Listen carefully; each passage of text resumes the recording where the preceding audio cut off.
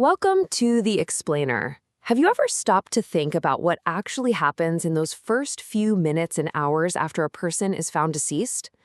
A whole incredibly precise system clicks into motion here in the Netherlands, involving doctors, police, and a lot of official procedure. Today, we're going to open up that black box and find out who's responsible for what and who foots the bill. So when a person passes away, this whole official system just clicks into motion. But what does that actually mean? Who is in charge of what? And, the big question that's probably on your mind, who ends up paying for it all? Let's break it down. All right, so to make sense of all of this, we're going to walk through it step by step, exactly as it happens in real life. First up, the discovery. Then, we'll see how they decide if a death is natural or unnatural. After that, it's all about finding the next of kin. Then, we'll follow the money trail. And finally, we'll look at what happens when no one is there. Okay, let's start at the very beginning, the discovery. The moment someone is found, one single question becomes absolutely critical. So the first thing that happens, always, is a doctor gets called to the scene. This could be the person's own doctor, or it might be a special municipal coroner. And their job, right then and there, is to answer one crucial question that will set everything else in motion. And that one answer leads us to the first huge fork in the road. Is the death natural or unnatural? Because depending on that answer, a completely different set of people take charge. Yeah, the path splits right here. If the doctor determines it was a natural death, the whole process is basically handled by the local government, the municipality, and the family. But if it's considered an unnatural death, and that could be anything from a crime to an accident or suicide, well, that's when the police and the public prosecutor step in and take over completely. And you should know the person making this call, especially when things aren't clear, isn't just any regular doctor. We're talking about the gemeentelijke shower, or municipal coroner. These are specially trained forensic doctors, and it's their specific job to examine the body whenever there's any doubt to make sure nothing is missed. Okay, so once they've figured out the nature of the death, we hit another fork in the road. And this one's all about the family.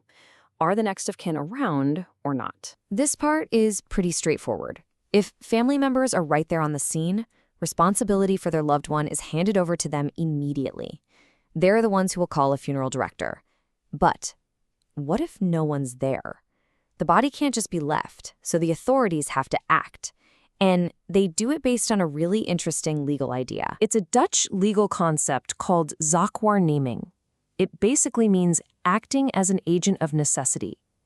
The best way to think about it is, imagine you're on holiday and a storm smashes a window at your house. The police might board it up for you, right? They're stepping in to manage your affairs because you can't. It is the exact same principle here. Since the family isn't there, the authorities act on their behalf and arrange to move the deceased to a mortuary. Okay, so all of these actions, transport, investigations, all of it, they all cost money. Which brings us to the part you're probably wondering about. Let's follow the money trail and see who actually pays the bills. This chart really lays it all out. See that blue column?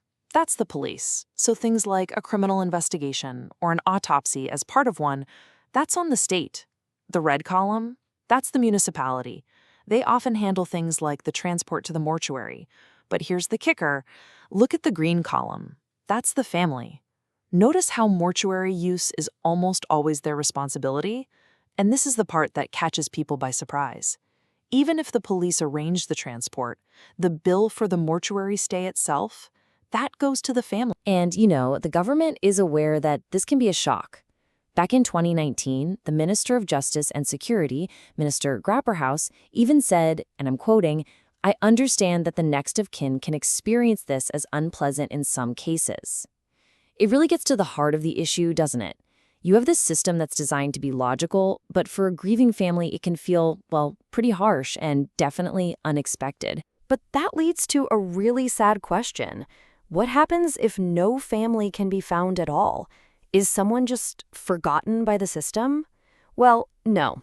The law actually has a final safety net built right in for exactly this kind of situation. It's a clear three-step process. First, the police do their best to find any relatives. If they come up empty, the case gets passed to the municipality, and they continue the search. But if, after all that, still no one can be found, the law is crystal clear. The mayor is legally required to step in and arrange a proper, dignified funeral. It's all laid out in Articles 21 and 22 of the Burial and Cremation Act. But, and this is a big but, the financial story isn't quite over yet. The city pays for the funeral up front, yes, but it has every right to try and get that money back. First, they'll check if the person left behind any money or assets. If not, and if they do eventually track down a relative, even months or years later, that relative could still get a bill for the funeral costs. It's a real possibility. So what are we left with? It's kind of a paradox, isn't it? On one hand, you have this really logical, almost elegant system that makes sure every single person is treated with dignity. No one falls through the cracks. But on the other hand, if you're the family caught up in it, it can feel like a cold, confusing, and expensive maze. And that leaves us with one final thought to chew on. Is it even possible to design a system that's both perfectly logical and perfectly compassionate?